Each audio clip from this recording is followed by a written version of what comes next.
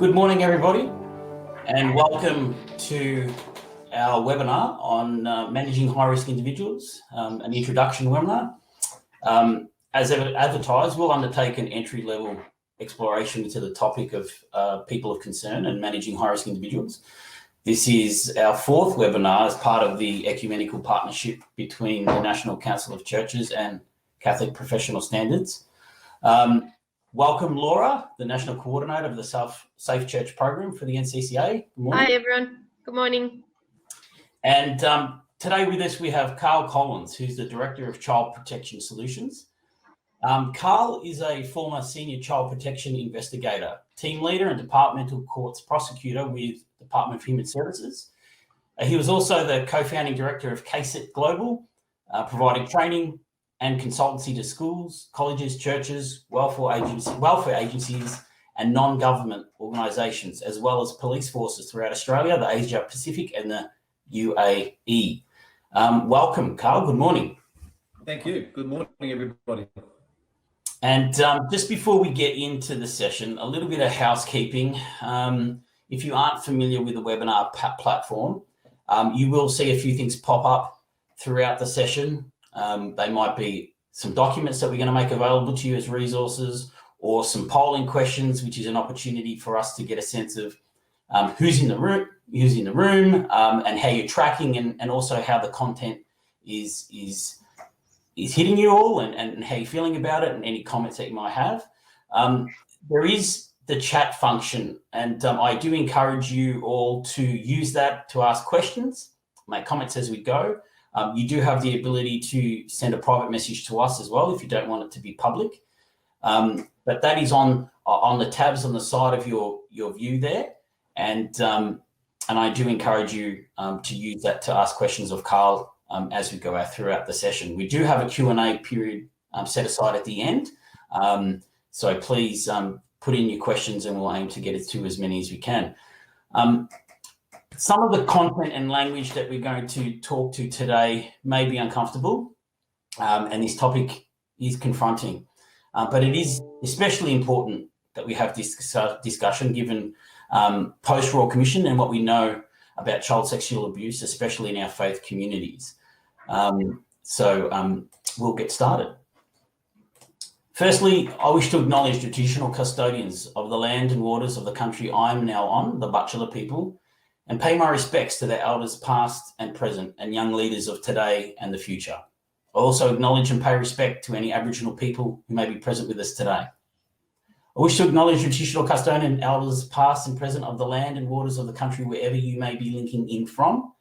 And CPSL and the NCCA are committed to the ongoing work of reconciliation with our Aboriginal families and communities. We also acknowledge the lifelong trauma of abuse victims, survivors, their families, and the failure of churches in Australia to protect, believe, and respond justly to children and vulnerable adults, and the consequent breaches of community trust.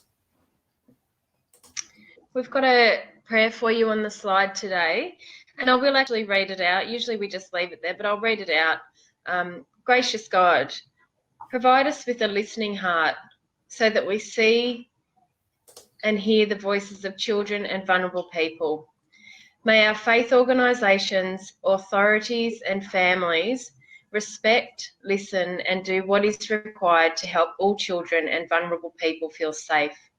Help us to recognise the hurt felt by the wounded, initially by abuse, and then again through the failure to be heard. We ask you to provide each of us with the wisdom to exercise our duties as safeguarding practitioners with compassion, integrity and clarity as we strive to protect the most vulnerable in our community. Amen.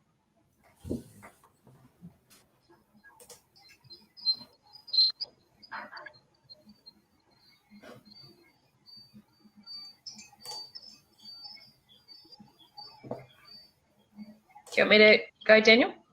Yep.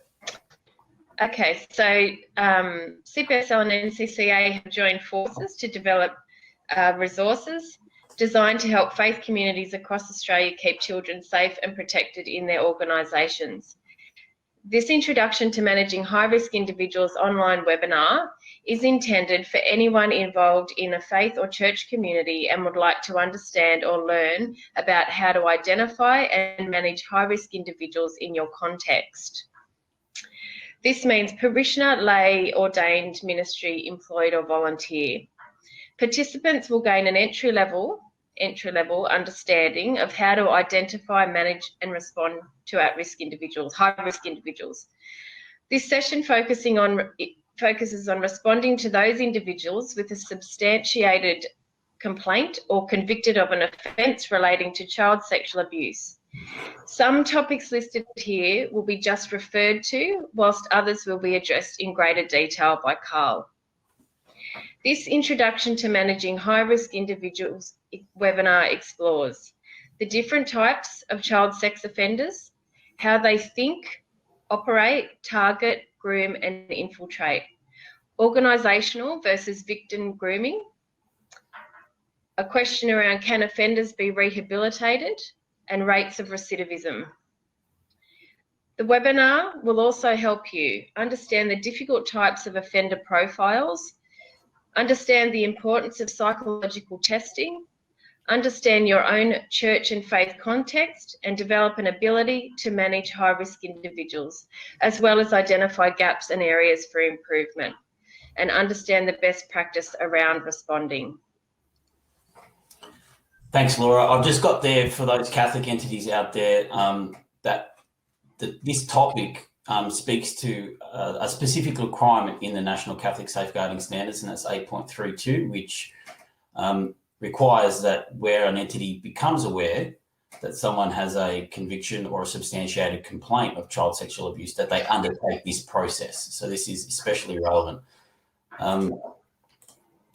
In relation to today's topic and some of the video clips that we'll be viewing and showing you all, as well as we take a deeper dive into abuse, just want to ask you all to be mindful that you may find some of these topics and the conversations are difficult, unsettling.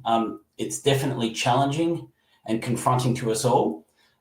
So just would like to, encourage you to be mindful of any triggers or stories that you may bring up for you, any memories, and to be mindful of how you are feeling through this process. As we talk about these topics, particularly child sexual abuse, I'm reminded of a quote from former Commissioner Robert Fitzgerald, who says that child sexual abuse thrives in an environment where there is secrecy. The perpetrator requires it, and the vulnerabilities of children are enhanced by the secrecy of it. And when asked, how do you break this down? By having normal conversations about sex and sexual abuse. And this is what we're here to do today, but just be mindful of the content and how it is making you feel. Yeah, so just to add to that, we really encourage you to be aware and recognise your own story, and we do recognise that amongst, even in our safeguarding professionals, we do have survivors working in this space, or you might have family, friends, colleagues.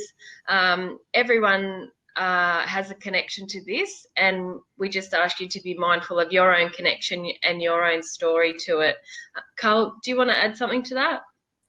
Yeah, thanks, Laura. Yeah, look, I think it's important to note, and I actually share this no matter where I present or speak, whether it's in or outside Australia, and I think it's really, really important to do so, and that is that one thing with my background that I also should mention is that having spent 17 years as a team leader, investigator and children's court prosecutor with Protective Services, DHS, I also, at the conclusion of that, spent 10 years in full-time pastoral ministry at the Marian Church of Christ in Adelaide. So in a sense, I've dealt with this on both sides of the ledger, so to speak. But as I was in that role for many years, I've seen things that are firmly burnt into my mind in terms of child abuse and sexual exploitation. And as I've travelled and continued to speak, and also in my time in ministry, I continued to hear the stories. That highlights the magnitude of the problem. And what I want to stress today, that whatever I share is not, we don't need to beat this up. We don't need to exaggerate. It's how it is. It's reality. And it's important that we acknowledge that. So having seen things and continuing to hear the stories, and this is applicable whether I've been in a room of 10 people conducting some very advanced training or an auditorium of 300 people presenting a keynote address. In that space, I have never ever not, this is vital stuff, I've never ever not had people come to me after a seminar, either immediately after or contacted me after, in order to share something of their abusive backgrounds. And that particularly relates to sexual abuse. I've never ever not had someone come and talk to me about that. So that's important to knowledge. But you know what? Also, today's about awareness, a healthy level of awareness, and it's also important that we acknowledge the upside, because there's an upside, and that is that I also hear the incredible stories, stories of people who come and say, I've got there. Yes, I've got some hurt, I've got some scars, but I got there because of my friends, my family, my faith, my God, whatever it might be, I got there. And I would just, if there is ever anybody in any of my audiences who may be thinking, well, I'm really pleased for them and I'm thankful for that, but that's not my experience, I would want to encourage anybody in that area to never, ever give up running the race, fighting the fight, because the good news is, no matter how impossible it may feel, recognizing that it is possible. And as I said, it would be remiss if we didn't share that, just to encourage people and affirm people in that place. Thank you for that, Carl. And just to add to that around support, as Carl said, he's had people come to him. If you are not aware of who your pastoral care person is within your denomination, if you're in a smaller denomination and you're not sure who you might go to after this webinar, should it trigger you, please come to us and we will help you, and we'll find someone for you. But if you do know who your designated pastoral care person is, please go and approach them for a conversation, or Carl, or come to us and we can help you. Fantastic. Thank you, Carl and Laura. Before I hand over to you, Carl, I just wanted to let everyone know that I have made available the Child Protection Solutions resource book, which a lot of the content that Carl's going to go through with us today in a lot more detail is in that resource book.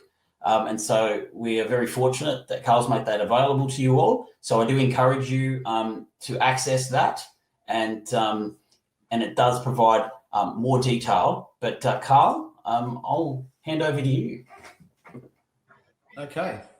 All right. Well, I suppose the first point to kick off with that is important to acknowledge and look into is the different types of child sex offenders. You know, the term pedophile is a very loosely used term. Whenever there's a newspaper report, a television report, often it refers to pedophiles, and not all child sex offenders are pedophiles.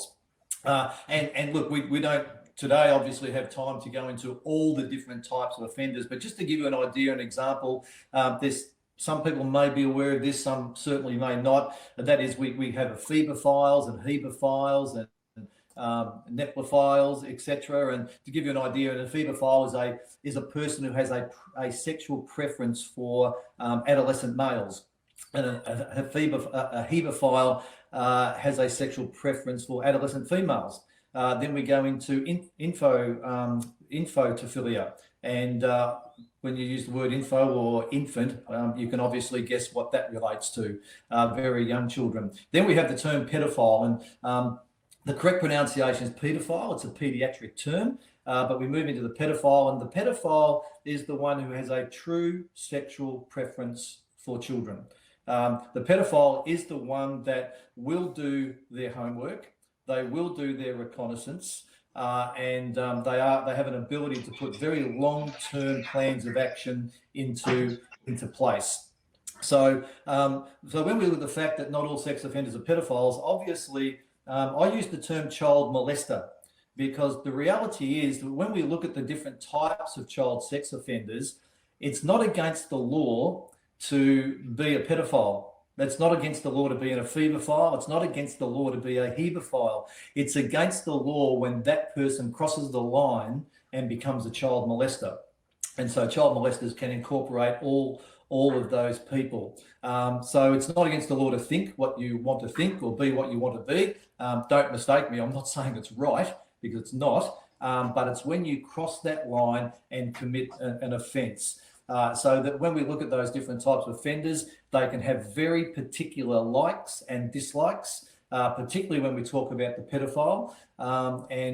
Some pedophiles, for instance, may only ever be interested in a child in a certain age bracket. It might be a boy, and this boy will be between the age of 8 to 10 years of age. Any child over 10 years of age is never, ever going to be at risk from this offender because they are not interested. Any child younger than the preferred age group, they are on the radar because, and that's often when the grooming process kicks in that we'll talk about shortly, because that when that young person becomes the age of that preferential offender, that's when now they are obviously at risk of harm. Some may need to be girls, some need to be boys.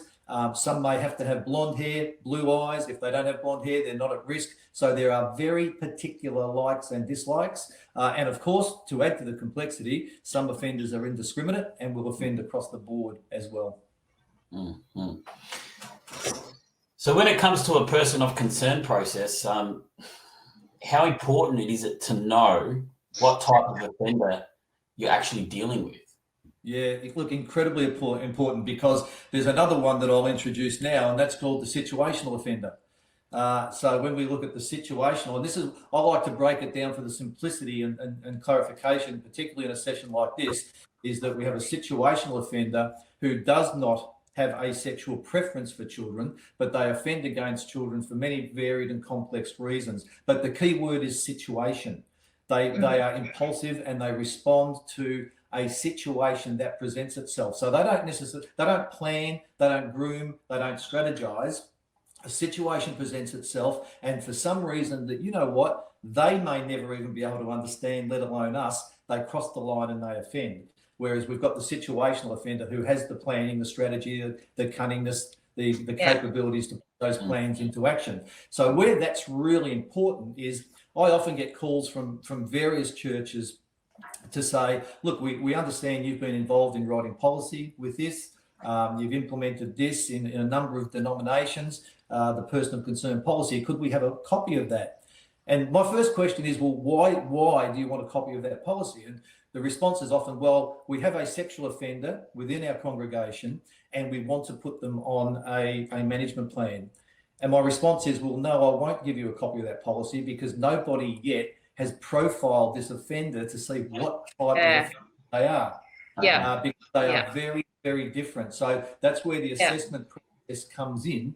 And it's important that we know what we are dealing with before we can even look at, and this might not sit well with some people, but we've got to look at that before we can even decide as a part of that process if this person can attend, even under very strict supervision and guidelines, because in some cases, sadly, the advice to the church may be, given a profile, given an assessment, our recommendation may be that offender should not be permitted to step 1 foot inside your door. But hear me clearly here. That doesn't mean the church doesn't go to that offender and we just disregard somebody and we don't care for them and support them in their life. So we need to keep that in context. And the person of concern policy is not about creating obstacles to not allow people to attend church. It's about creating pathways where they can, but the safety of children at all times must be absolutely paramount. Yeah. Okay. So Carl, you're on this, you're talking about the situational and the preferential child molesters. Are situational offenders less likely to re-offend, and if so, present a lesser risk? Yeah. Okay, a couple of things there. I think my personal view, and some of the things I shared today, and particularly down the track and in the next session when we look at the actual person of concern policy, some people will agree with some of it, some people won't agree. The idea is to take what works for you and what you think fits the DNA of your church, your denomination, etc. But in this window, or what I was going to say is, once you commit a sexual offence against a child, there are some ongoing consequences in life that don't go away. That is a reality because there is a level of doubt around trust because that trust has been broken. So I need to say that up front. Situational offenders will have less victims over their lifetime to that of a preferential child molester. However, the complexity there, even with a situational offender, is that in some cases, a situational offender may only ever commit one offence. And that's because this person has the understanding that what they have done is wrong. They have an understanding that the damage that they can cause or have caused here already by one act. Yeah. And I've interviewed many offenders where they've seriously, they've said to me in interview sessions, you've probably heard all of this before. You're never going to believe me, but until this happened today, this was something that never entered my mind. But an opportunity, a situation presented it, and I crossed the line. Wow. That person gives you something to work with. I'm not a therapist, I'm not a psychologist, but the psychologists and therapists I work with would back this up. That actually gives them something to work with. However, the problem for a situational offender is also that it can become a long-term pattern of behaviour because situations continually present, but they're they're normally confined to family. Incestuous fathers are the classic examples around situational offending, because here's another opportunity. My wife is out tonight again or whatever, and there's a situation that I take advantage of. Yeah. So that sits in that pocket, whereas the preferential offender, as we know, I've already said, they are strategic, they are cunning, they will put long-term behaviour. And when I talk about long-term patterns of behaviour, one of many cases that come to mind, but one in particular, we'll call him Bob. Bob's not his real name, but a 65-year-old preferential child molester was in his church without any concerns and without offending for 7 years. He built up his reputation, his relationships, and he was in a church for 7 years before he offended. And over a 12-month period offended against 7 boys, of which one of those boys sadly took his own life in the end because of the abuse that he had suffered. But for 7 years, the grooming process and the getting to know people and getting liked, getting valued, which all equals getting trusted, it was 101 grooming. And I know we'll talk a bit about grooming down the track. But I hope that just paints the difference between the two types of offenders. So the preferential is obviously, they're both dangerous, but the preferential is the more dangerous, obviously. And just to touch on that, Carl, like on the grooming process, we've just done our webinar on that grooming process prior to this one. Would you say though, like with this person, Bob, you're talking about, like it was just classic grooming, like the whole community had been groomed, like he was known as a great bloke kind of thing, good reputation and that kind of thing, like he had groomed the community before he offended? This particular man wrote the manual. Just and 7 years, and the reality here though, that whilst he implemented that 101 style over a 7-year period, what we found when we found that he did and was offending, for the 7-year period that he wasn't offending in that church, he was offending, just not in that church. The church was a part of his process for the next phase of his life. When I sat down and spoke with him, he said, we used to always take the opportunity to interview offenders to find out more about them, learn more about them. Some offenders would cooperate with that because they knew that they were just caught and they had nothing to lose now.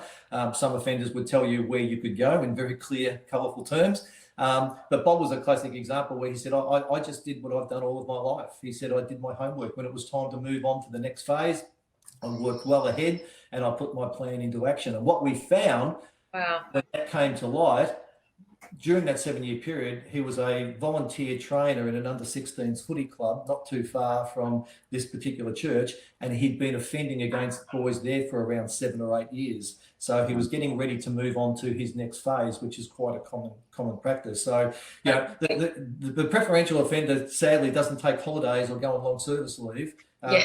Whilst they're grooming here, they will be offending back here. Right. So the rates of recidivism or reoffending varies depending on the type of sex offender. And is it true, Carl, that pedophiles actually believe that they hold the view themselves that they actually are not harming children by their offending? Is that true?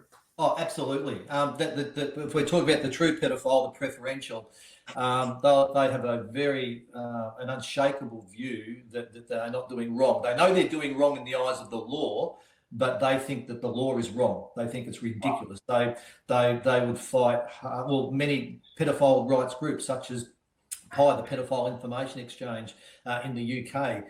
They are on a relentless mission lobbying government to have the age of consent lowered to 4. They don't think it should be. They don't think there should be any age limit, but that in their mind they'll compromise to 4. I mean, go and figure that one out. That's quite interesting. So it's a firm belief. I've had so many offenders just look me in the eye and just pretty well become abusive, just saying, "Who are you to tell me that this is wrong?" There's nothing wrong with this. Rates of recidivism, you know, the difficulty with that is studies vary so much. They just vary so much, and some studies show rates of recidivism around the mid 40% bracket. Some are up in the high 60, some are in the early low 70%. So it varies on across the board in relation to that. My problem is this: my belief, my values, my faith tells me all things are possible. All right, and I never want to lose. I never want to lose that. Here, I won't say but, because if I say but, that undoes what I just said. However, my concern is this, and that is that if you have an offender that truly believes that they are not doing anything wrong, where is the motivation to change that behaviour? That's the problem for me. I mean, I liken it to coming to faith. To come to faith, you need to understand and acknowledge that you're not living a life the way that God wants you to live a life. Therefore, you need to turn from that and head in another direction. Well, that was applicable to my conversion anyway, many years ago. And I apply the same principle. If I don't acknowledge that I'm doing something wrong, who's going to tell me to change, and why should I change? And I think that's really where it goes for me. And that's part of that transformational, like if you really are, you know, in tune with your faith and spirituality, and you do recognize, like, hey, the way that I'm living is not right, that's part of the transformation. So I imagine there's no transformation without recognition of that. Yeah, that's right. Yeah. Carl, before we move on, there's been a comment come off the chat, and I just wondered if you might be willing to speak to it about the fact that mentioning that not all pedophiles are male. Yes, absolutely. Good point. And I would have referred to that. But look, some research came out of the UK about 18 months ago, and it highlighted the fact that female preferential child molesters are more prevalent than what we were thinking or what we thought. However, the reality is, by a long way, it's predominantly male. A long way. But yet there are preferential. Nicolette Ann Lee, I think her name was, an Australian pedophile a number of years ago. She hit the headlines, and she was a classic example. And she received she was found guilty of offending against a number of her students. And she was given this is interesting, she was given a good behaviour bond. There was public backlash from society. There was an appeal that was upheld, and she did a prison term because people were saying there's this myth that female offences against young boys is not as serious as the reverse. It clearly is. There's plenty of evidence to substantiate that. My experience, though, I'm not minimising this, so there are female preferentials. The vast majority of female cases that I was ever involved in mainly related to female situational offenders. And there was an interesting, this is just my experience, there was an interesting thread to the cases I was involved in, and a significant number of those female offenders at a situational level had offended when they actually come out of quite domestic violence relationships. Right. So I'm not making excuses, but there does seem to be a common thread there with female situational offenders. Yeah. Interesting. Now, we're going to watch a short clip, Carl, and this speaks to the topic and the conversation that we've just been having around pedophiles, preferential offenders actually believing that they're not doing any harm. So we're going to close our cameras and our microphones, and I'll play this video, and then we'll come back at the end, and Carl, you might want to speak to that. Yeah, sure.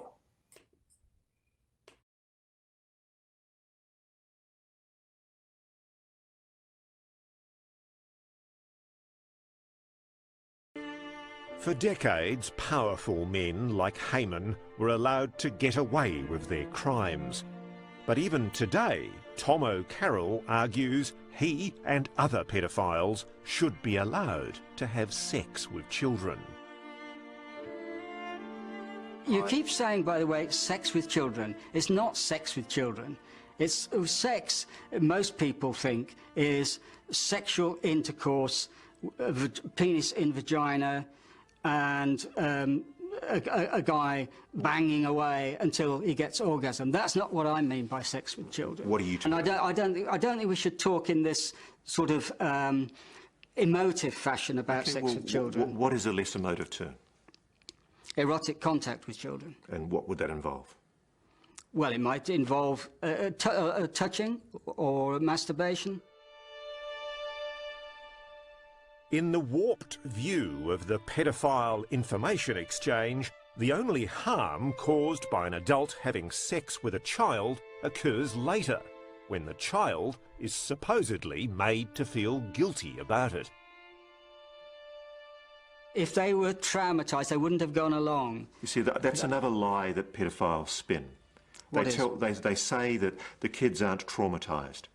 No, wait a moment. Believe me, they are traumatised, Tom. Yes, but many years later, as a result of being told... Well, it matters because they would not have been traumatised, but for being told that they had been abused. So this is the point. You'd say that it's not the pedophile that's caused the abuse, it's the responsible authorities like the police and their parents. Yes, absolutely, absolutely. So you don't accept that having sex with a child can cause any kind of... Let me tell you, we're getting peculiarly hysterical.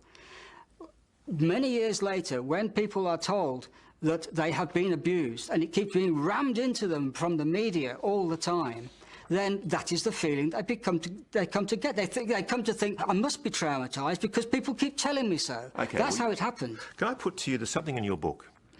There's a section in your book where you describe the scenario of a little girl sitting on a man's knee. Yes.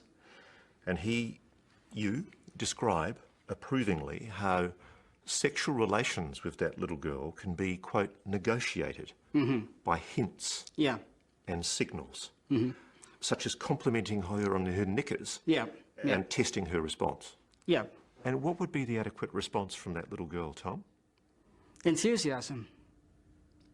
What would that constitute? How would the little girl show you enthusiasm for you wanting to have sex with her? Let's move away from... No. Let's stick to this issue. Well, all right. Let's stick with the issue, but let me address it in my own way. The little girl's sitting on your knee, and you've just told her, I like your knickers. Let me address it in my own way. What does that little girl do to indicate that she's willing to consent to have sex with you, Tom? How does somebody indicate willingness to have consent to anything? A little girl cannot possibly be a consenting partner in that kind of power relationship. She's sitting on your knee, for God's sake. Yes, You're an adult. Yes, she can. You use the term enthusiasm. What does that little girl do to indicate that she's enthusiastic? I think that we're going round and round in circles. No, what is the answer? We're going round and round in circles. I've given you my answer multiple times, so I'll finish there. Which is a non-answer. You just can't answer. Well, you think it's a non-answer. I think it's an answer. All right.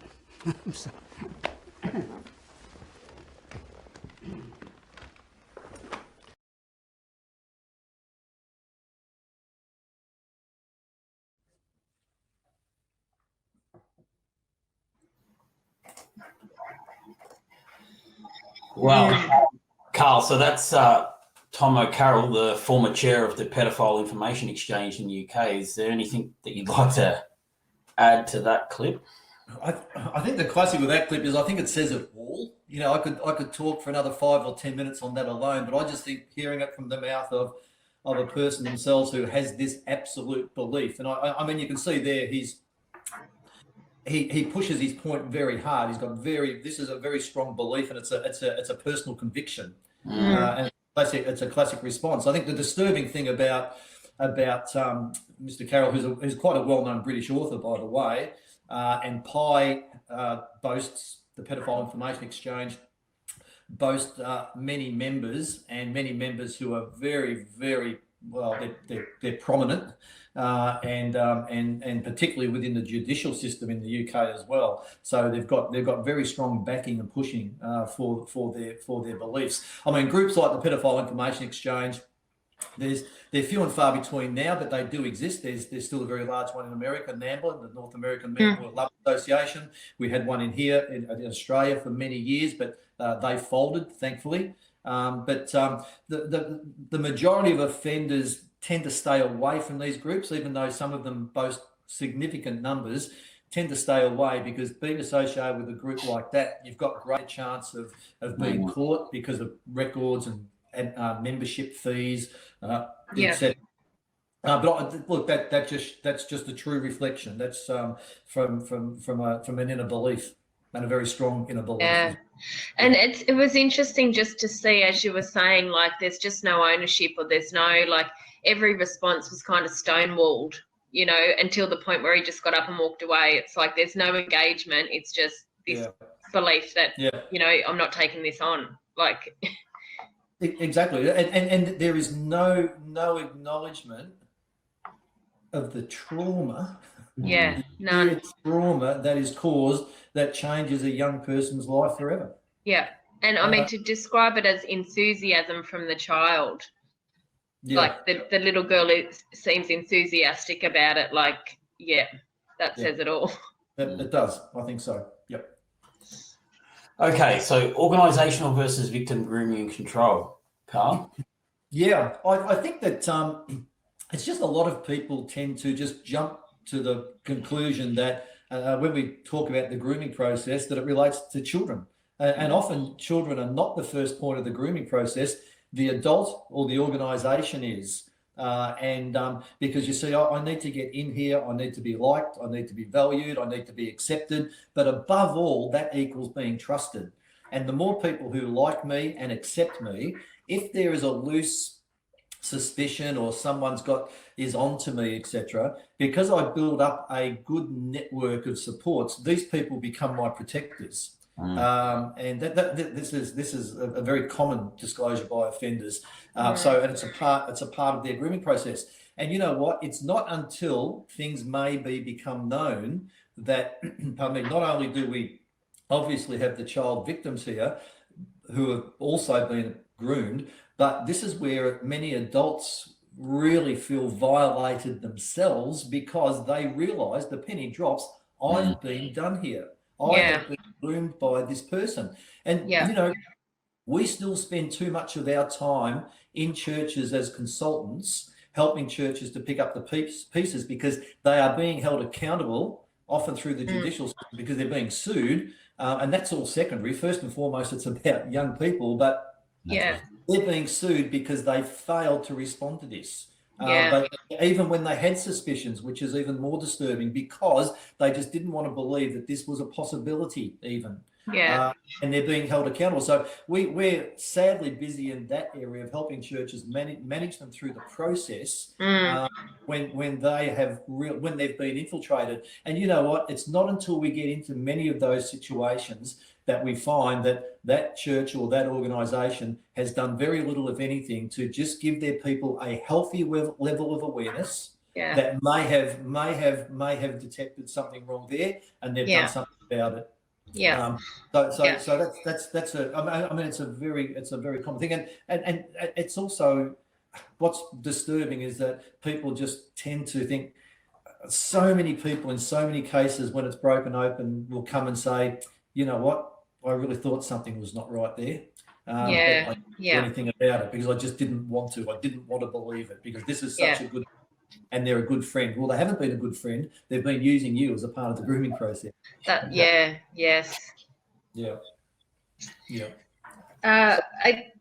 Sorry. So obviously, Carl, we've been talking about this. So some offenders are highly skilled in this area, as we've just heard. Can you give some examples of things we might not automatically think of? And I think what you're just saying there is a perfect example. And I think the Royal Commission is part of that as well. You know, a lot of people go to faith communities, and naive's the wrong word, but we go there for acceptance and belonging and community. So I imagine for some people who just don't have this in their realm of thinking, it's just such a shock, you know, and we are now trying to pick up the pieces and cope with it. But is there other things you can add to that we don't automatically think of? Well, I think one of the things is to encourage people to, when they see something, there's this fear and this is understandable, I don't want to say something about what I'm thinking here, because I don't want to, if this person's not doing what I think they may be doing, or heading in that direction, I don't want to tarnish somebody's reputation, because the reality is that mud sticks. Even, you know, so that's a real problem. But I urge people, if they see the danger signs or signals, and just see, you know, somebody that is just, and here's the fine line, somebody who's just gravitating and always wanting to be with children, or they come into a church and they want to get involved in children's ministries too early. That's a danger flag, because anybody coming into church should have an understanding that I'm going to need to be around here for a long time before I'm going to get to do this and this. Children, there's lots of danger flags there, and particularly if you know what you're looking for. So and so many people just, you know, okay, an example, I had a pastor call me about 3 weeks ago, and this is not an isolated incident. He said, I had somebody come to me in my church who was they'd just been viewing how a man who's in our church is just relating to some of our children. I'm just a little bit worried about it. I don't want to accuse him, but I'm just telling you as the senior pastor, so you can just be aware of that. The pastor rang me. He said, I've been monitoring this man for 3 weeks. He said, I've seen absolutely nothing. But he said, here's my problem. In the last 48 hours, I've had 3 other people come to me. So, and because people came and just raised that concern confidentially, he was able to monitor from a distance, didn't see anything, but now we've got 3 people, which means we've got 4 people expressing concerns about this person. And thankfully, we implemented a process there where it turned out to be right. But thankfully, before the person got an opportunity to do anything within that particular space. But the signals were there early, and some of the danger flags were there early. But look, again, we're talking about really, in many cases, we're not talking about the dirty old man wearing a raincoat in the public toilet. Okay, we're talking about people who are highly skilled here, professionals, hold down very, very good jobs. You know, in terms of abductions, very sadly, yes, we still have children abducted off the street, and they are subject to horrendous crimes. Compared to what we are talking about today, they are in the absolute minority. You know, the reality is, and many people watching may be aware of this, the vast majority of offences committed against children will be committed by someone who the child knows and trusts, and more than likely who the family know and trust, or the organisation, because of the grooming processes. And that is alarming. Some studies show in excess of 90% of victims will know the offender. Personally, I think it's even higher than that. But the alarming fact there is it can't get much higher, can it? Just, sorry, a question on the chat there, just while you're talking, says, what do we do when we have a suspicion but no evidence? Well, I think if we're talking within a church setting, an organisational setting, I think it's back to the example I used before, is that you have a discrete. Firstly, you continue to monitor yourself, be vigilant, because this is what awareness training is all about. It's giving people a healthy level of awareness, not overreacting. I mean, even out of sessions like this, we do not want the pendulum swinging to overreactive, ridiculous levels. That's not going to be helpful. It's about a healthy level of awareness. And if you have a discussion with somebody in leadership, pastor, key elder, whatever the case may be, in the structure that you're within, so that they at a healthy level can just monitor the situation. Because what happens, it's 101 child abuse training, understanding and responding to abuse. If we see something, we don't just ignore it, we monitor it. And as we monitor something, as the days, weeks and months roll on, we will either hear, see, or be told more things that might add to our concerns. Or we see absolutely nothing. And if we had nothing, we have nothing to run with. But it's about just having that healthy level of awareness and some eyes and ears that are keeping a lookout. And it may go somewhere and it may not go somewhere.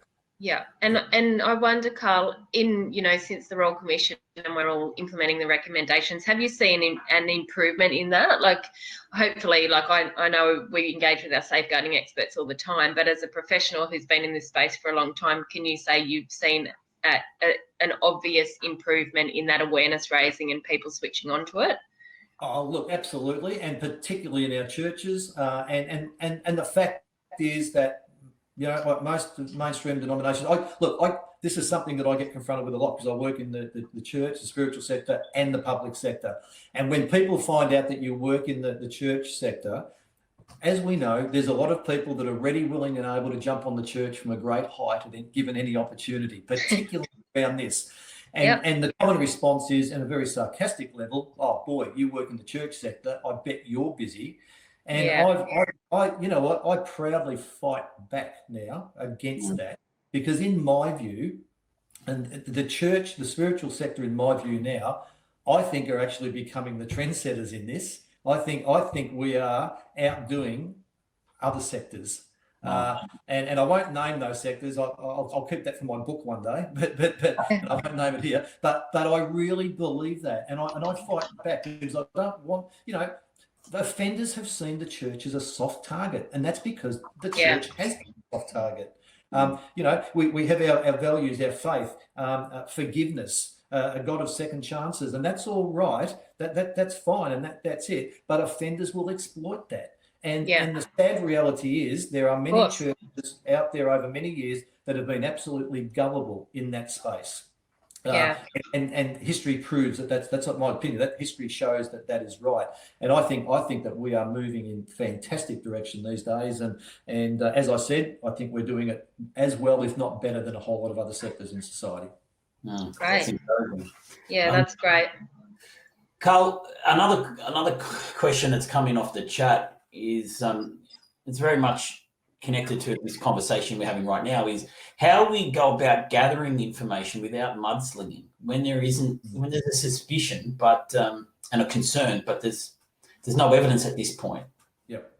Well, okay, so I'll speak from my example. I'm the independent director of Professional Ethical Standards for Baptist Churches SA and NT, and the person of concern model that we've had there that I wrote along with the other national directors around Australia for Australian Baptist Ministries.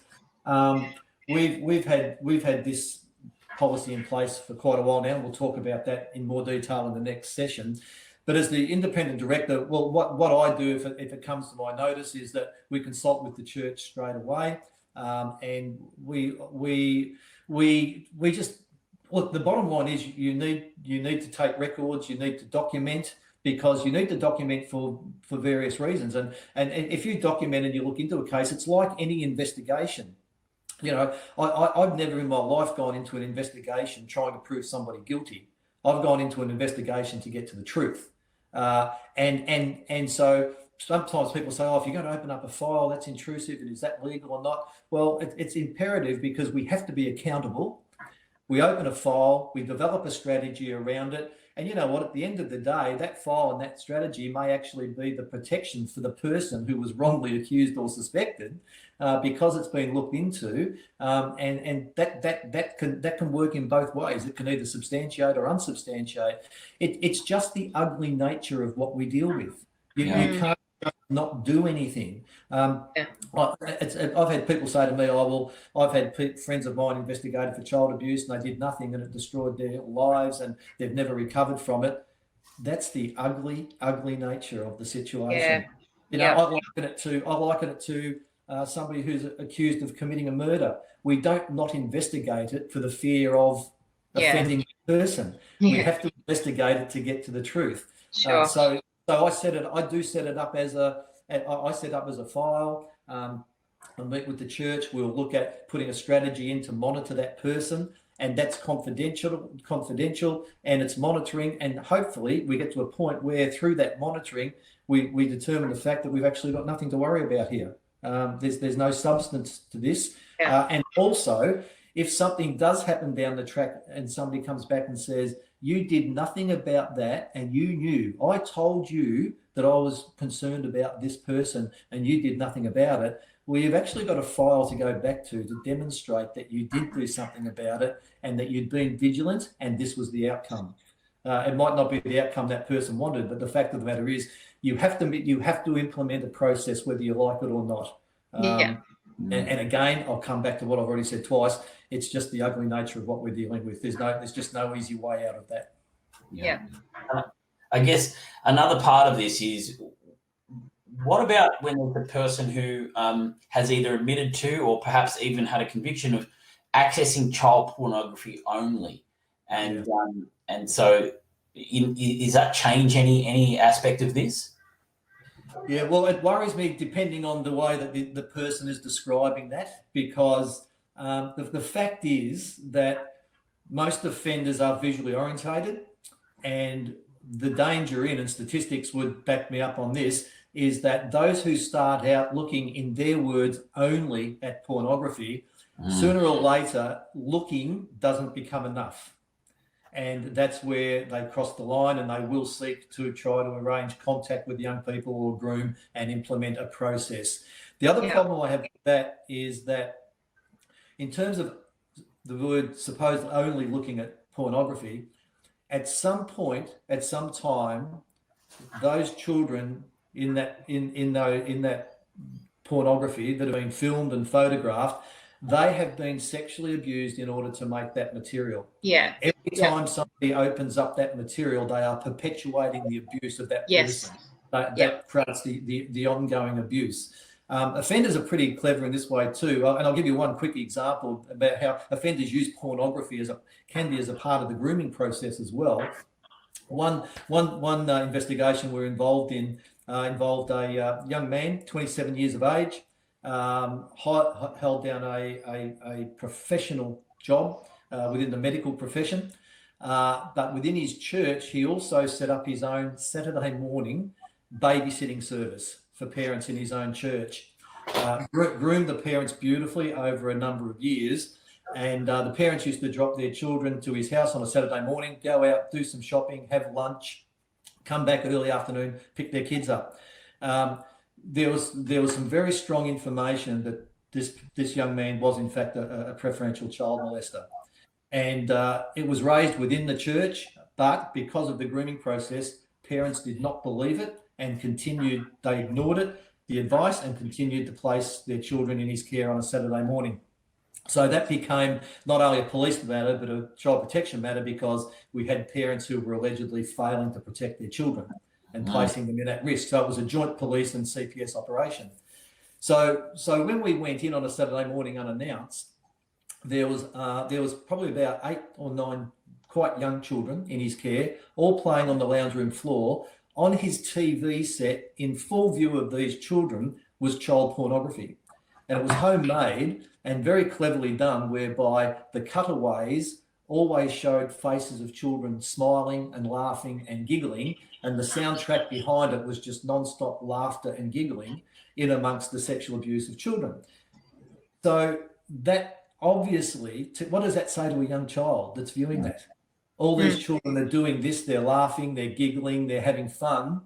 That lowers their inhibitions, and was a part of his grooming process. So he actually used pornography for that. And offenders use pornography too, because they'll often film either overtly or covertly their activities with kids, and they do that for a number of reasons. One, they can keep it for their own record. They can sell, share, swap it with like-minded people. But the other factor, or the other reason they like to film the pornography, is that with young children in particular, they'll play it back to them. And I say, now, if you tell anybody about this, I'm going to show this to mum and dad and you're in trouble. With teenagers, it goes to another level. If you tell anybody about this, I'm going to post this online for the world to see. So they also use pornography, not just for their own gratification, but also meant that as a part of the grooming process as well. That's quite common. Control. Well, Carl, we've got another short clip here that we're going to play. And this is Jack Reynolds, and this speaks to the grooming process specifically. And so we'll just turn our cameras and microphone off and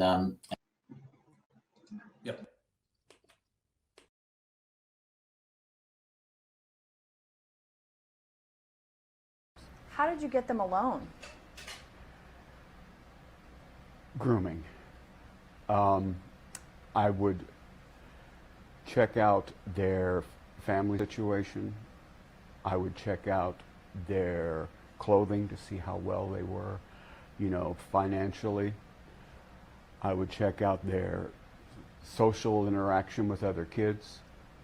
When we were on the ballparks, or on the gym floor, you know, I would make sure which ones I wanted to molest. I would give them special attention, congratulate them, talk to them when I know that I would never be allowed to talk to anybody else, you know, aside from everybody. I would give them the attention that an official is not supposed to give anybody, and it made them feel like, wow, he's paying me attention. You know, it is a direct form of grooming. Were there certain characteristics that you looked for in children before molesting them? In children, yes, but more I also looked at their families. If I thought the father was a threat, I would not approach the child. If I thought that the child had friends that he would tell, I would not approach him. If I thought the child had friends that were in the same capacity he was, I would approach him, for the simple fact that if I could molest him, I could lure him into believing, grooming him into believing that he would enjoy it, and therefore I could manipulate him into having his other friends come and be molested by me as well. So perhaps a child that doesn't really have a whole lot of friends, maybe not really a strong family, things like that. Yes, no spiritual values, weak in education, you know, needs help in many ways, even from split parenting, you know, has a mother who may be having problems with the family, you know, well, here comes superhero in to help out, you know, wow, well, thank you very much. No problem. You ever need me to take them away for the night so you can have a night out? No problem. It works.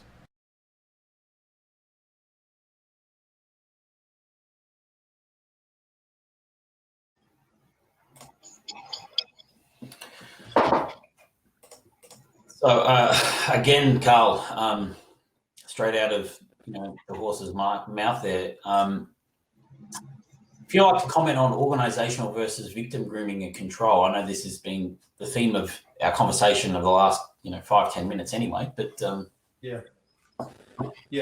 Well, look, here's a classic example, and he was a teacher and a sports master in a large college in the US, in Arizona, I think it was, and sums it up beautifully in just textbook 101. And the fact is here, the profession that he's in, we need to understand that offenders, one of the most common questions I'm asked is, Carl, do you think that the preferential child molester actually does go into future employment and pathways purely where they will have access to children? And that's an absolute, because offenders will go to the marketplace. They go to where there are children. And we talk about the fact, within organisations, we have organisational risk assessments. Offenders do their own risk assessments and reconnaissance. And Bob, who I spoke to you before about, and again, classic example, when we sat down and talked with him and said, why and how was it that you picked this church? He said, well, let me tell you what I did. He said, I did what I've done all my life. He said, I did my homework. I did my reconnaissance. He said, I targeted a number of churches in this area where I'd moved into. He said, I came and visited this church for 3 Sunday mornings. He said, I intentionally arrived at least 45 minutes before church. I walked in the door. I sat in the foyer. I was greeted. I was asked if I'd like a cup of coffee. I was given a cup of coffee. I sat there and I observed. He said, that was my mission. He said, I wasn't at that church to check out whether I liked their the community or the preaching or music or whatever. He said, I was there to assess my opportunities. And he said, I sat back and I watched from the minute I got there. I watched families arriving. I watched what happened when they arrived with their kids. He said, kids were outside the building, running outside, round the corner, down the street. No one was looking out for them. I watched how they went off to their groups and how they came back. He said, I watched over morning tea after church. These were his words. He said, after three Sunday mornings visiting that church, he said, I knew that they were slack. And he said, I knew that this church for me would be, and I quote disturbingly, a smorgasbord, unquote. Oh, wow. And that's what it turned out to be. So he did his assessments, he did his risk assessments, and as I also said, the amount of time that he was there before he offended highlights the long-term strategic plan. So that, I mean, he's just a classic example as well. And look, I sadly, for people that are listening in a minute, sadly, I'm not just, with an example like that, I'm not just plucking one out of the air to try and think, oh, what is that? My problem is, which ones do I share with you? Because I can give countless examples of that. Yeah. And again, Carl, as you were saying about, you know, grooming and, you know, communities, you going in and, you know, doing the awareness stuff, like you can see how calculated that is. And for people that have not, you know, had that awareness, it must be just feel like such a, I guess, slap in the face or a violation of like, oh my goodness, you know, we've been here as a faith community gathering and we feel so violated that someone has calculated this so much. Like they must feel so stupid. Well, absolutely, all of the above. And the other thing is, Laura, too, though, is this, and that is we will still get calls from churches, from all across the board, individual churches in multiple denominations, that will still push back very, very hard against the implementation of the person of concern policy, because the conversation will go, this person walked in the door, they've been up front, they've told me all of that they have done, we're not going to prosecute again, therefore we just want to love this person, and in they come. I'm sorry, those days are gone. And that equates to nothing other than negligence. Because what we find, 80% of cases that we've been involved with over a long period of time, the offender who walks in the door and tells the senior pastor everything, the strategy is, if he thinks I'm telling him everything, he thinks I'm being upfront and I'm fully rehabilitated, I'm not going to do this on no risk, and I don't want to be judged again. And if there are too many that fall for that trick as such, what we have found, once we get in and we start to profile that offender to look at whether they can even enter the person of concern process, on 80% of the time, offenders disclose 20% of what the reality is, of what they happen. I only ever did it once. Well, hang on, we need to see some court records here. We need to see this, we need to see that. And it's often then that people will think, oh, okay, I get it now. Okay, we do need to go a bit further. We need to look into this a bit deeper. We can't, sadly, just take people at face value, particularly when it comes to this. Yeah. Yep. I wonder if, so you've talked a little bit about how offenders operate in this space, particularly when they go out to market and do their reconnaissance. Just wondering, you know, if you could comment to why perhaps so many victims choose not to report the abuse. Mm-hmm. Well, I think probably a lot of people who are watching this have probably at some point maybe done some basic mandated notification training, and there's a whole range of programs out there, and that looks at a lot of reasons, common reasons such as, you know, embarrassment, shame, feeling partly responsible for the abuse that has occurred. And offenders actually want their victims to feel a degree of responsibility, or if not all, for it. You know, the manipulation is, well, you know, you've been bad, you've done this, so we better not tell anybody. So they use all of that manipulative behaviour and that strategy. But it goes beyond that. And one that we often don't think of is this. If you do tell anybody about this, this is what I will do to you. Yeah. This is what I will do to your family. And I won't give you examples of that, but just let me say that some of the examples I will give, I'm sure every single person watching would think, wow, I get it. I really understand why a child would not disclose now, if not ever. You know, one denomination, I won't mention the name of it, I don't think, probably wouldn't matter if I did, but I won't anyway. But one denomination 5 years ago did some research into the disclosure of abuse, from the point that abuse occurred to when it was disclosed, and the average within this denomination was 23 years. Yeah. So even after that, you know, people keep it to themselves, they deal with it on their own.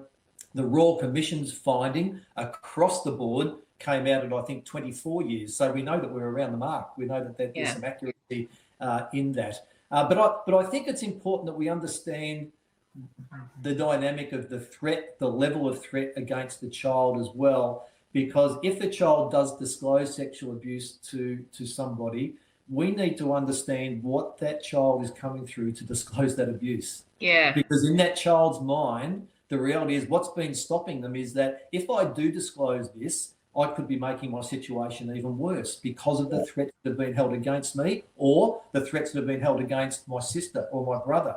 They'll be harmed. Therefore, I've got to protect them.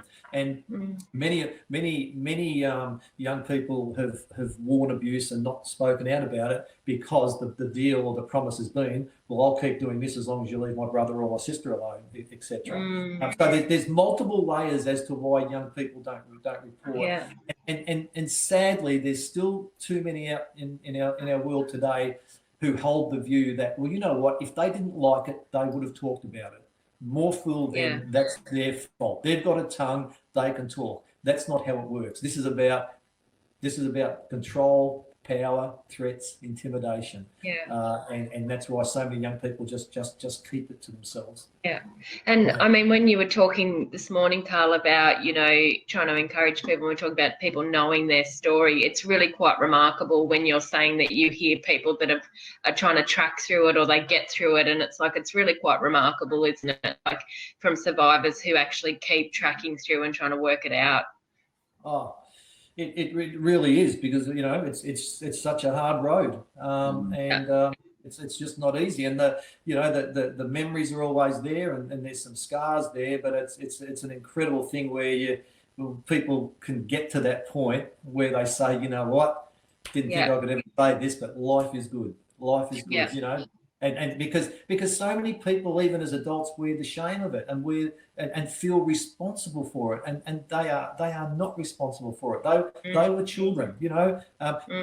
We've had so many court cases where offenders, and they still do today. Offenders will say, "Well, you know what? This child, they came on to me. They were flirting with me," and the reality is that we always need to remember that children are children and adults are adults, and adults primarily have they are responsible for it. So it's a hard hurdle for a lot of people to get over, that they are not responsible, because in their mind they let it happen. But they've got to understand, they were a child, they were being used, they were manipulated, they were controlled. Carl, I just wanted to let everyone know that we had talked about making sure that we had a Q&A section. So please, there are questions coming in, which is why we've added to some of the content and aim to respond to the questions. So we still got a bit of content that we would like to get through, but I do want to encourage you that if you do have a question of Carl as we go through, please pop it in the chat, and we'll keep going.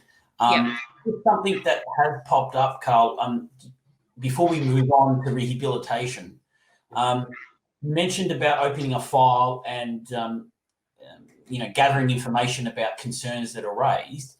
I'm just wondering if you could clarify about when you would involve police, particularly if there is a concern. There's no necessarily evidence, but people are raising concerns to the leader or to the person there. When would you go to police?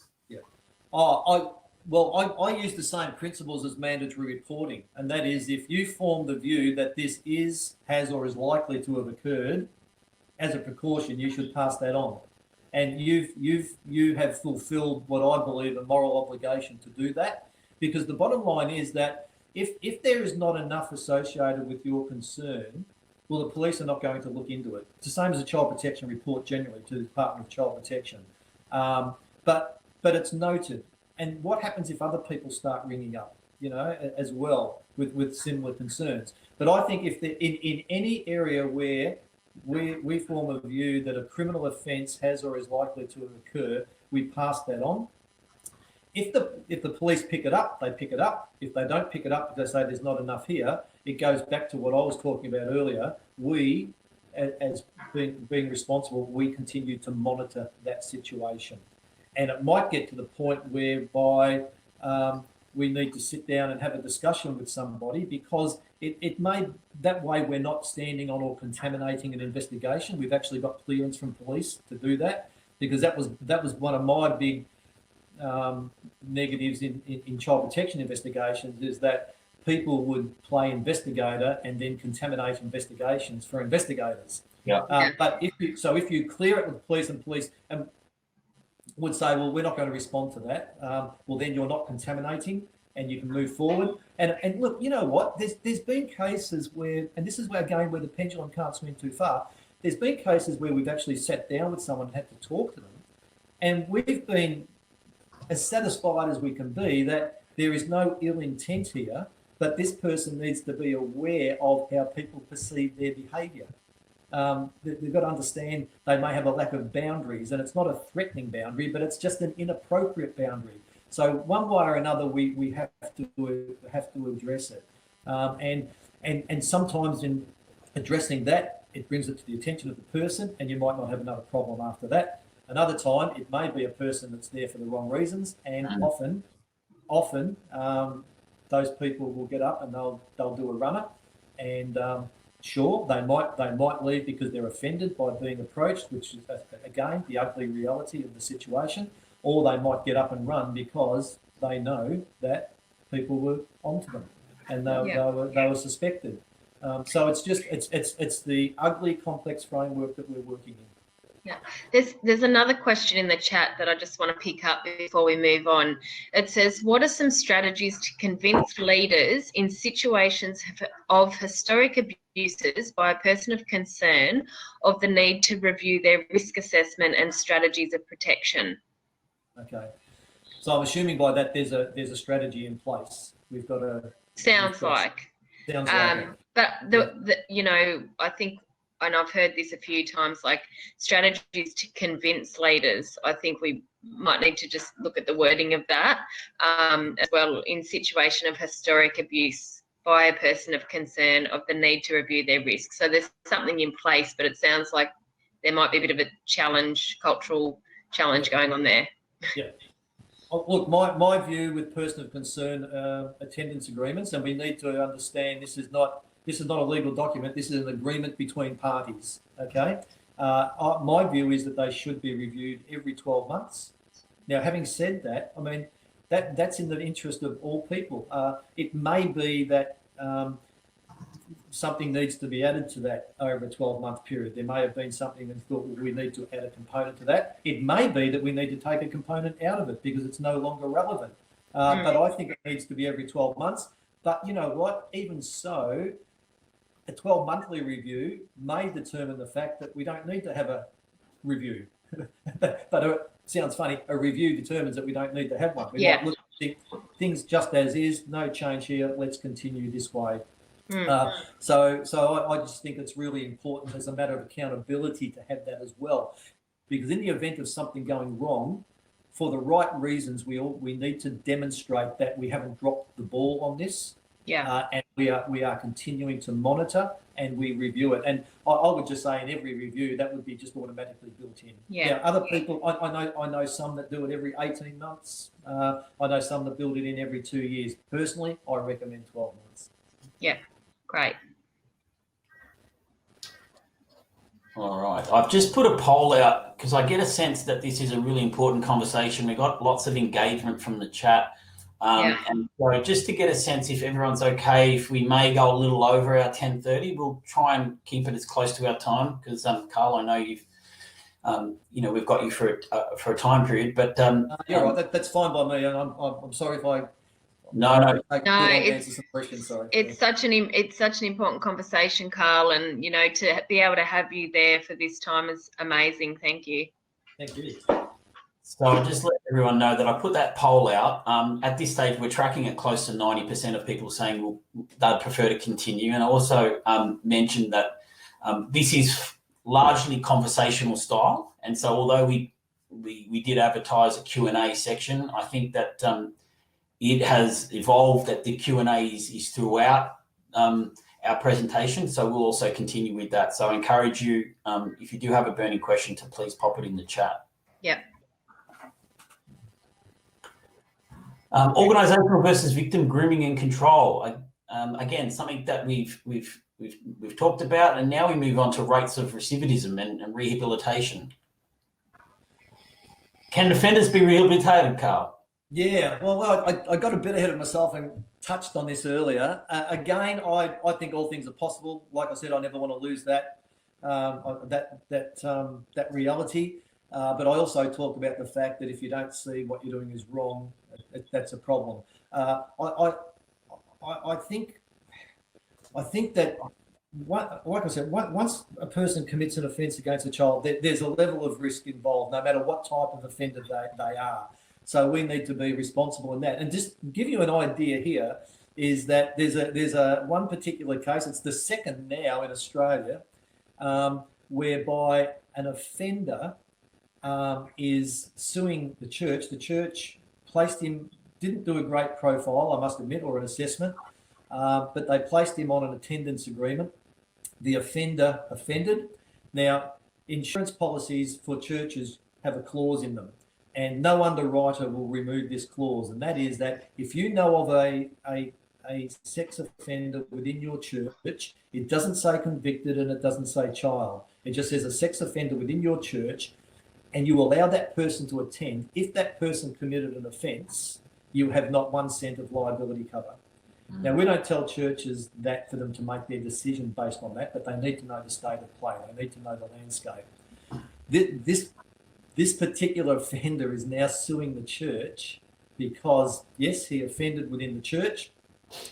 However, his claim is that the church, knowing of his background, failed to put appropriate controls around him, and because of that, placed him in a vulnerable situation where he offended.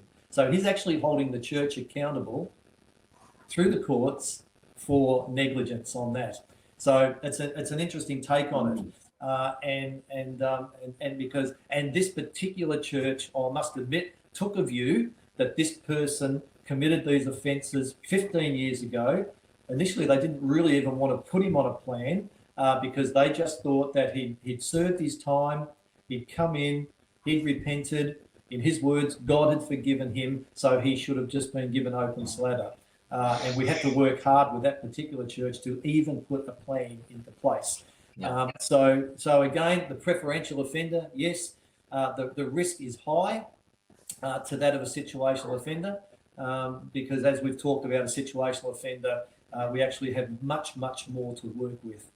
Look, years ago in Australia, we introduced Depo-Provera, the drug that reduced the ability for a male to obtain an erection, and everybody thought that was going to be the big saviour. However, it just didn't work because we even knew of offenders that were on release and were on Depo-Provera, but they were still grooming children for the time where they knew that they were coming off the Depo-Provera. So, the rates of recidivism in the preferential child molester are just, for me, they're just too high for us not to have a high level of vigilance and accountability. So then, thinking about the person of concern process, there are obvious complexities when it comes to those who are convicted to those that are suspected. Is there anything that you can add to that or comment on in relation to that process and how we work through the different types of offenders, but also those that are suspected versus convicted? Yeah. Firstly, I'm going to go back one step, and even with a preferential offender, I've known of some who, to the best of our knowledge, have undergone some really good psychosexual programs and counselling, had great support, and to the best of our knowledge, they haven't offended. So again, I'm never ever going to say never, but again, I come back to the level of risk and the rates of recidivism. When we look at convicted versus suspected, look, that's a whole new complexity. The person of concern policies that I've been involved in and that we'll share, particularly in the next session on the implementation and how they really function, how they work. A person who has not been convicted does not escape being identified as a person of concern. Doesn't automatically mean that they don't fit that category. So that depends on the individual policy and what a church or a denomination may implement themselves, and that's up to them. The policies I've written, we certainly have scope in that to deal with people who are suspected, and that we would have significant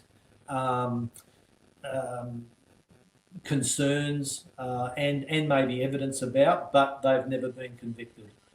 So it's we'll talk probably a bit more about that in the implementation in the next process, but it doesn't just mean that we can't implement a process there if we feel the need to do that. And another area to look at with the person of concern is that a person of concern process and agreement, again, first and foremost, this is about the safety of children, but even if a person has been wrongly accused, the fact of the matter is entering into a process can be designed in order to protect that person as well. So we need to remember that and keep that in the picture as well. Yeah. I know we're just about to go on to the process, but there's a question here, Carl, and it's a really good one. Is it once an offender, always an offender? And where does forgiveness come into that?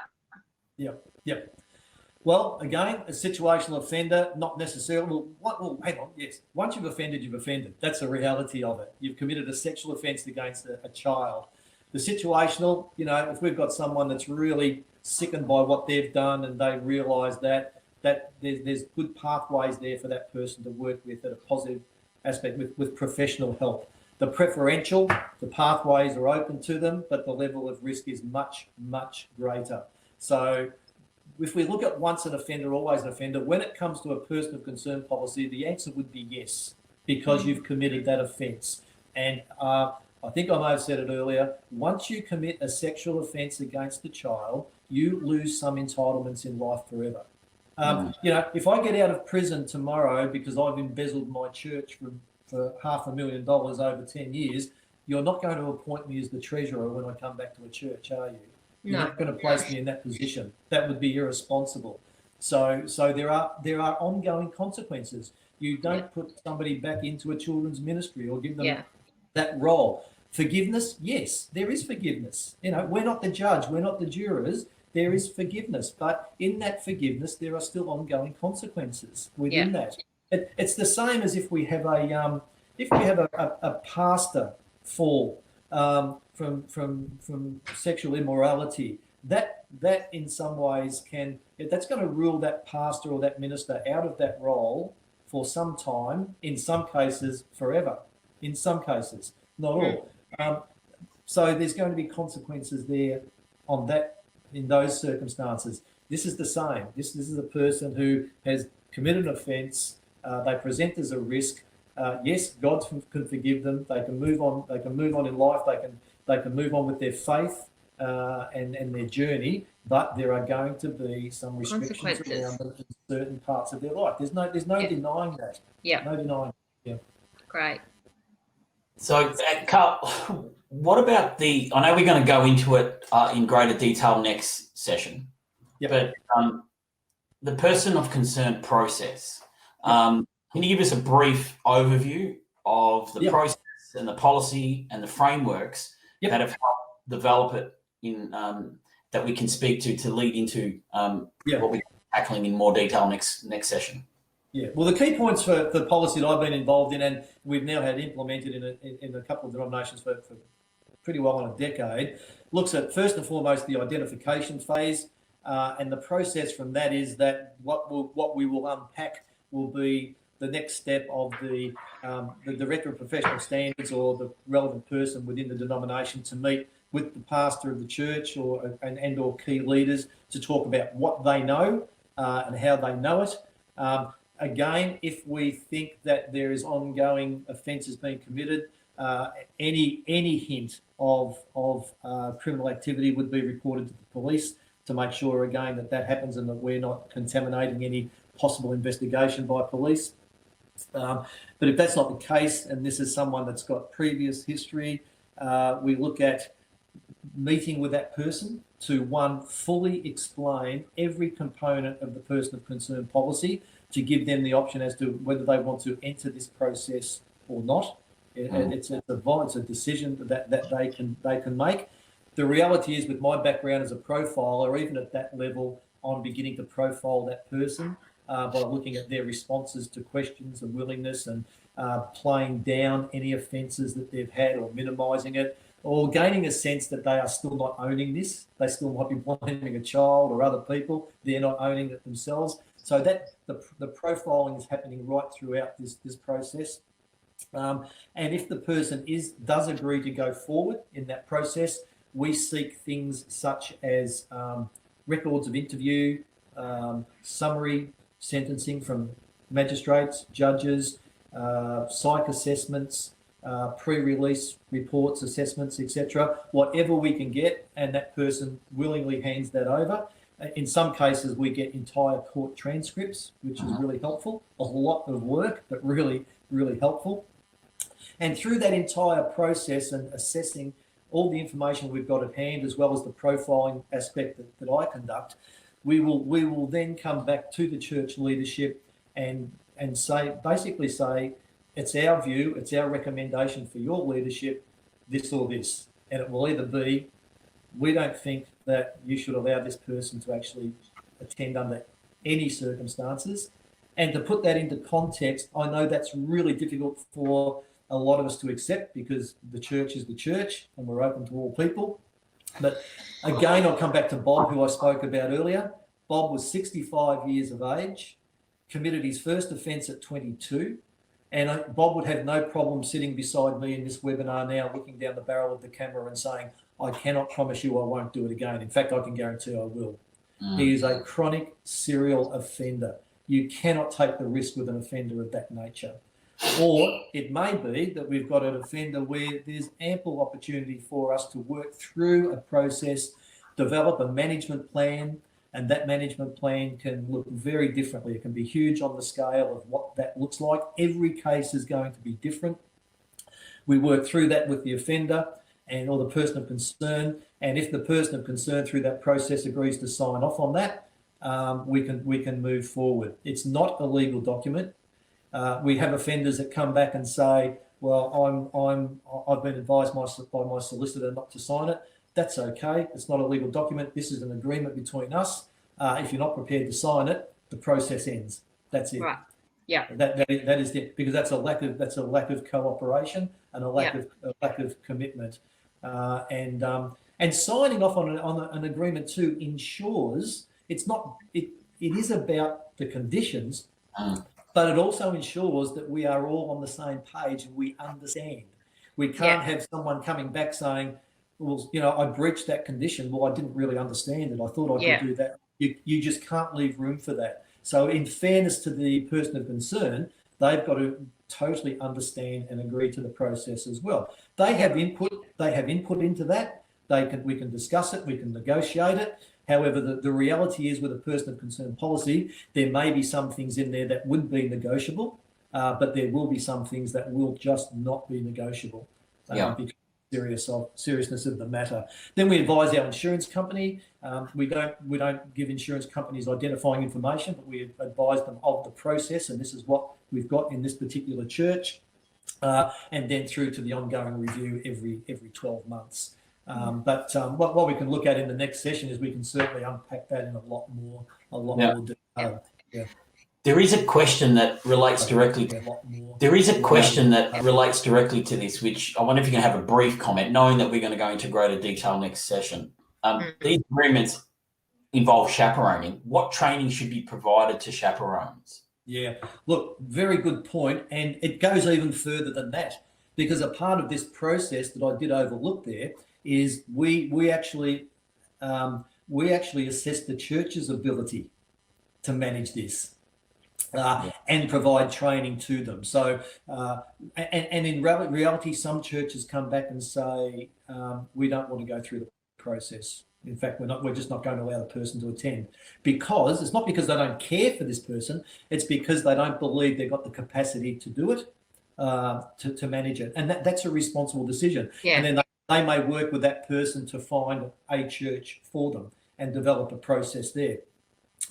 There's some very large churches within Australia now who have made a blanket policy that they will not allow any person of concern to attend under any circumstance, any convicted person, because their fear is that they are just too big and they cannot guarantee the safety of people or adequately supervise somebody. So that's all a part of the process and a part of the train.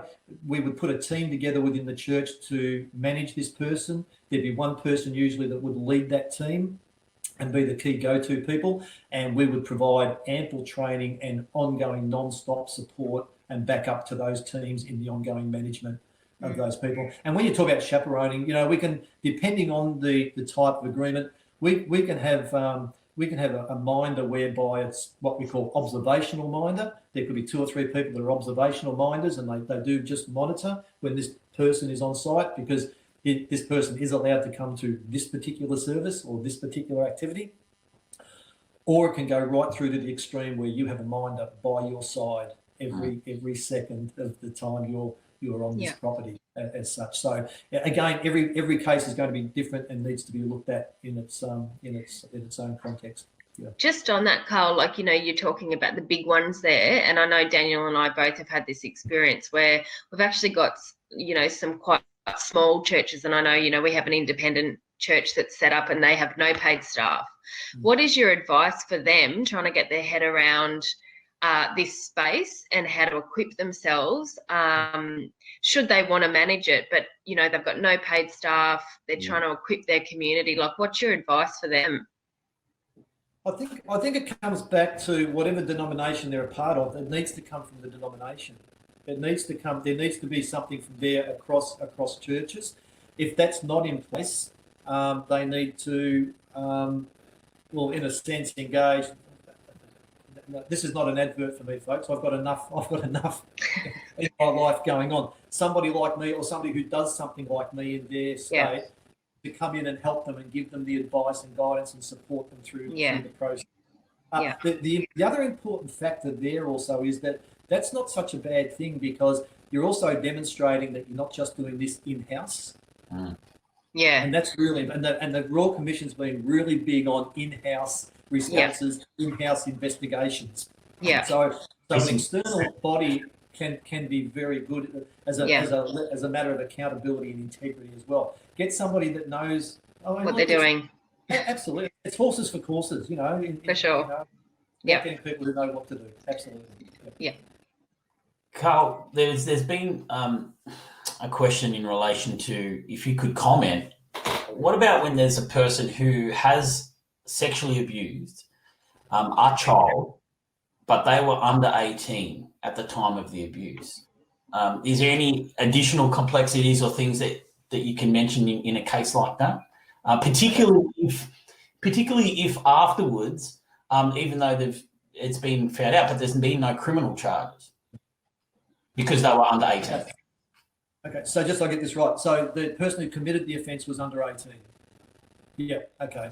Well, again, with the person concerned process, it's about responding to what you know. So if you've got a person that owns that and says, yes, that's what I've done, that situation then is looked at in its context, okay?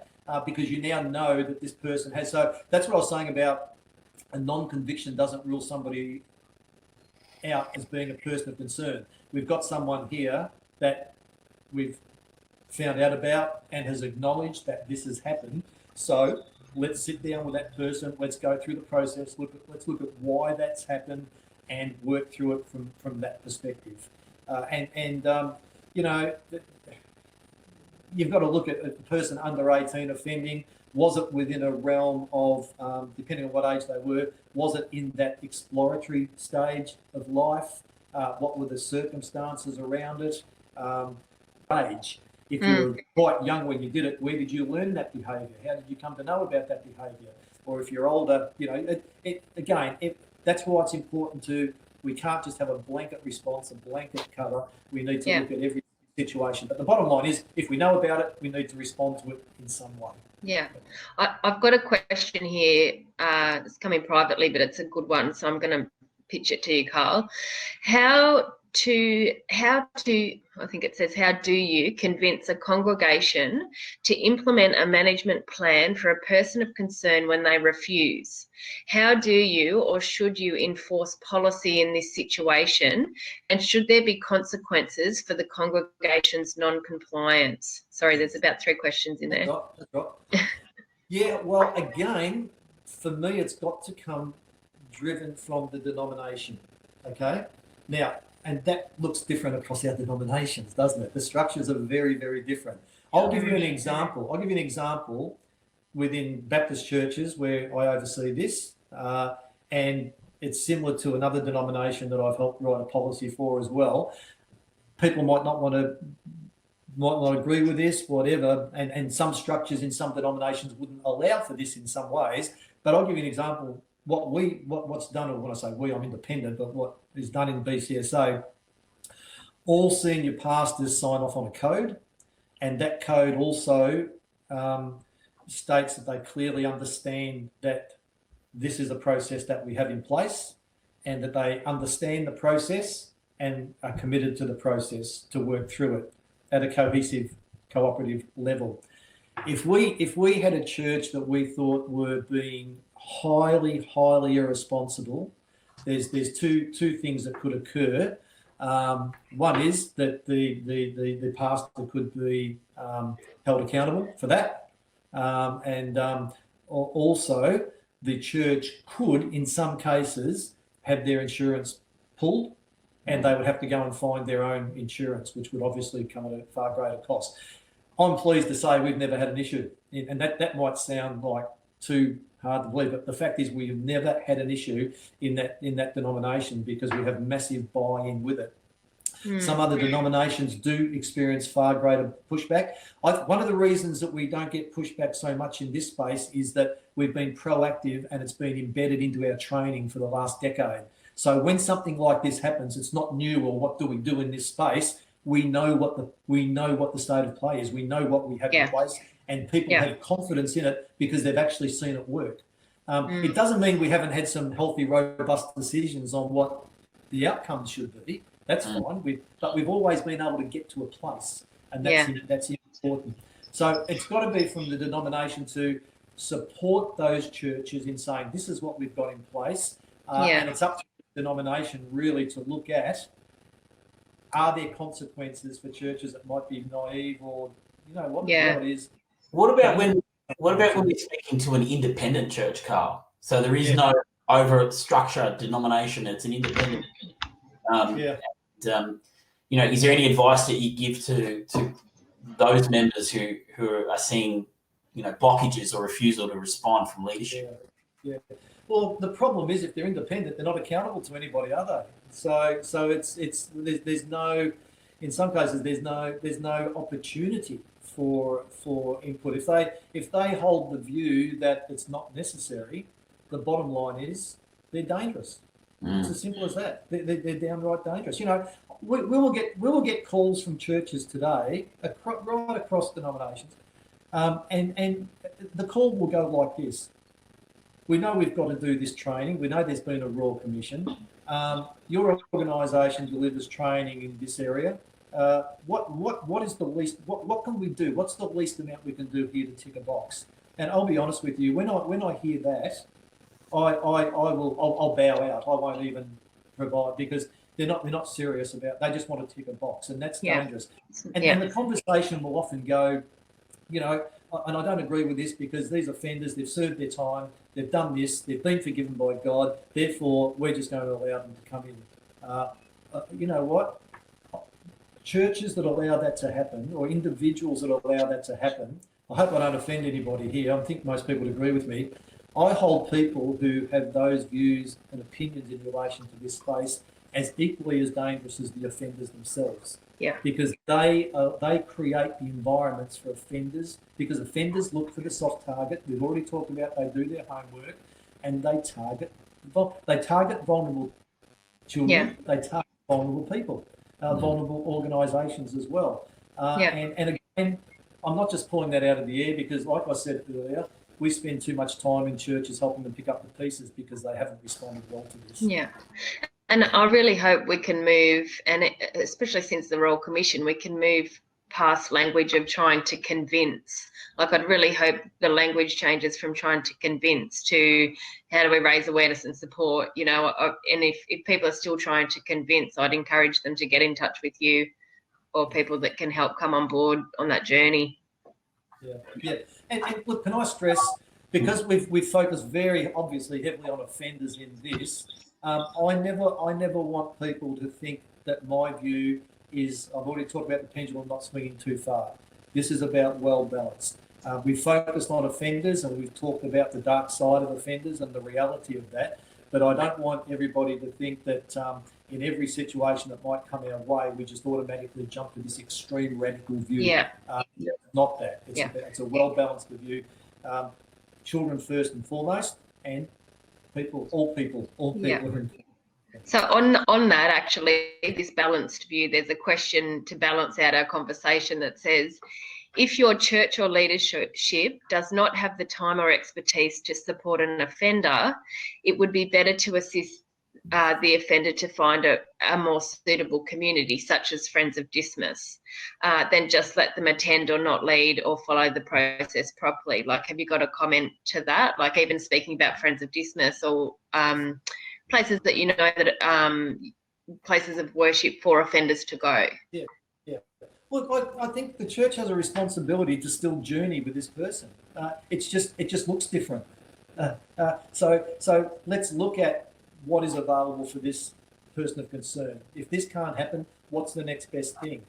Some churches, I've known some great. I keep coming back to him. It's the same example, but I'll talk about Bob. Because Bob, when his offences became known, obviously that was it in terms of that church. Well, what that church did with him, they put a group of 4 or 5 people together, and it was basically a pastoral care team for Bob.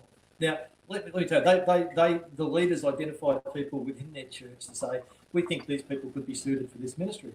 Now, some people said, yep, I'd be interested in that ministry, even though Bob's done these horrendous things. Some other people they approached said, don't let me anywhere near him because there'll be consequences. That's a good call. That's not their ministry. So they named that. But they eventually had a group of 5 people. What these 5 people did, they regularly met with Bob. They held Bible studies with him. They took him on outings. They had communion with him. They visited him regularly. They all maintained contact with him.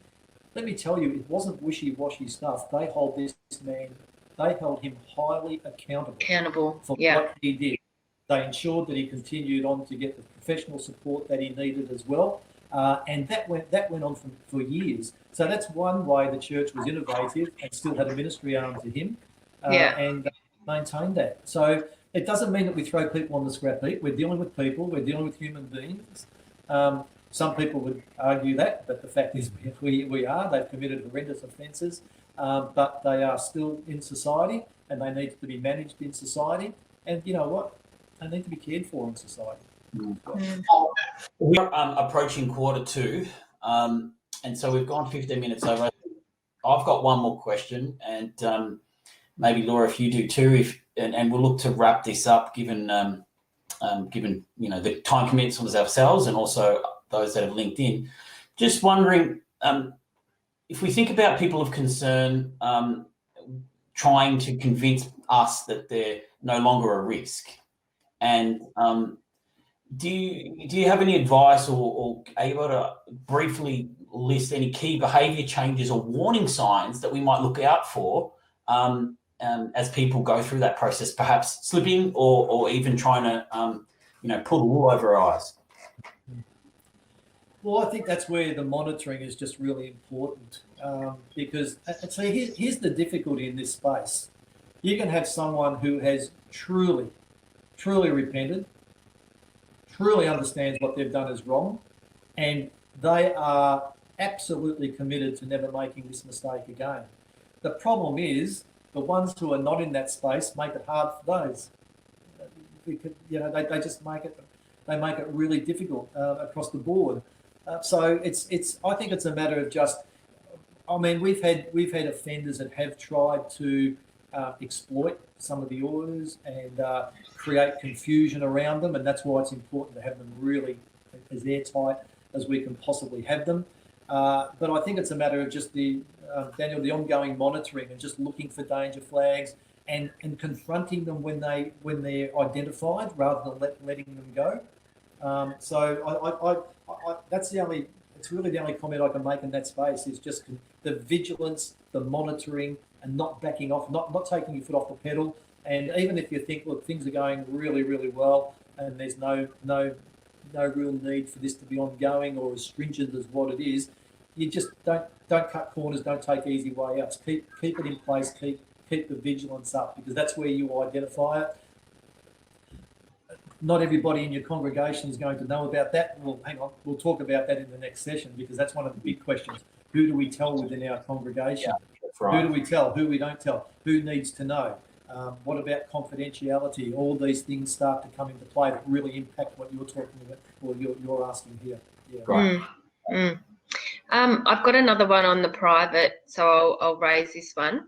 Is it possible to have some more discussion or work on responding to best practices in responding well when people raise a concern about a person, and at the same time, best care for people against a possible false accusation?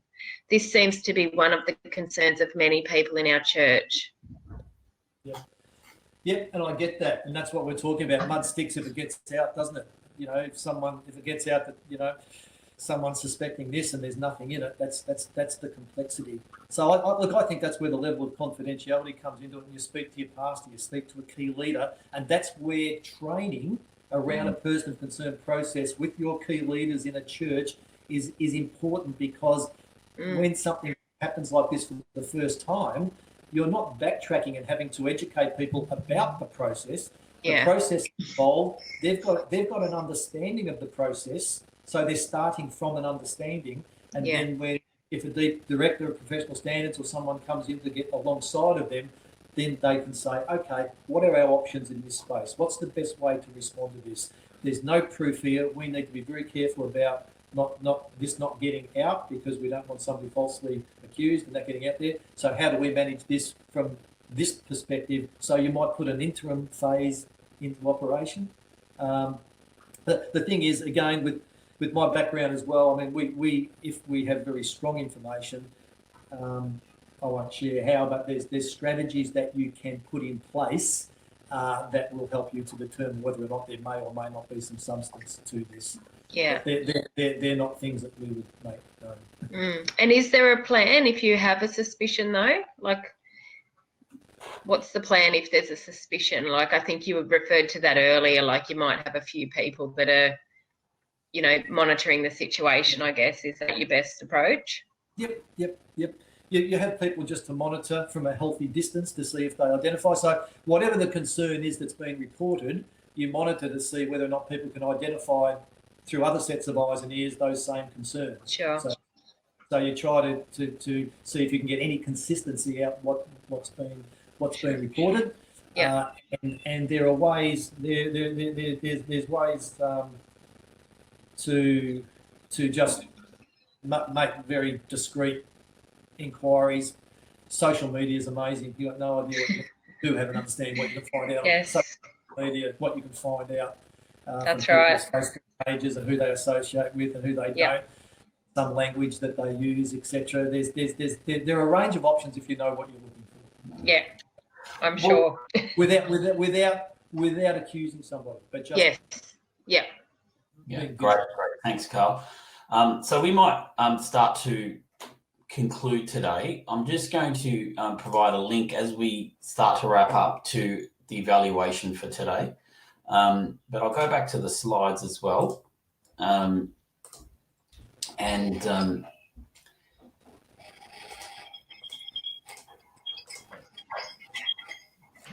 Laura. Okay, yes. So for those of you that were with us for our grooming webinar series, we provided an information sheet and we've pulled together all the legislation for you on grooming, so we can provide that for you. But it's just to remind you, if you weren't part of that series, I'm sure you are all aware that grooming is a criminal offence. And for more information about your grooming legislation in your state and territory, you can go to your regulatory body website in each state and territory, but we have provided that for you, so you can just have a look at the sheet. Thanks, Laura. And just, if you do suspect grooming, there's the police link number there, 131 444, or if you you believe a criminal offence is occurring, or somebody's at immediate risk, call 000, and please inform your safeguarding leader about your concerns. And I just realised, my apologies, that I haven't changed the slide. There we go. It's okay. Yep. And again, as you know, the videos and the content that we've been through today is, you know, for those who it's new to you or you're coming into this space. Again, we've got some support numbers there for Brave Hearts, Blue Knot, Lifeline and Kids Helpline, but we do encourage you to go to your pastoral care people within your denominations, or reach out to us if you don't know who that is. And Carl, I'm sure, is very happy to answer questions. So please just take care of yourself. It's not easy content, but we're all trying to manage it the best way we can. Thanks, Laura. Thank you, Carl. In wrapping up, before we do our final thank yous and goodbye, just to make everyone aware that we will be sending out to all of you a copy of the slides, the resource sheet, and a link to the evaluation for today's session. I did post that it is available if you click on it or open up a new tab in your browser. It is really important to both the National Council of Churches in Australia and CPSL to hear your feedback, to inform our training and these sessions that we provide. And it's great learning for us, but also in our continuous improvement. So please make sure that you do complete it. And Carl, thank you very much. We look forward. Thank you. Yeah, touch base again on the 5th, and I think we just put a plug in there that if you haven't already, I encourage you to register for the 5th. It will go into more detail about the process and the person of concern process. So thanks, Carl. Laura, appreciative. Thank you again. Thank you. Thanks, Daniel. Thanks, Carl. A fantastic discussion. Can't wait for the next one. Thanks, guys. All of you out there, thanks for hanging in there for a little bit longer. I hope it was of value. And for those who are joining in a couple of weeks, we'll see you on the 5th. Have a great weekend. See you, everybody. Bye. Bye.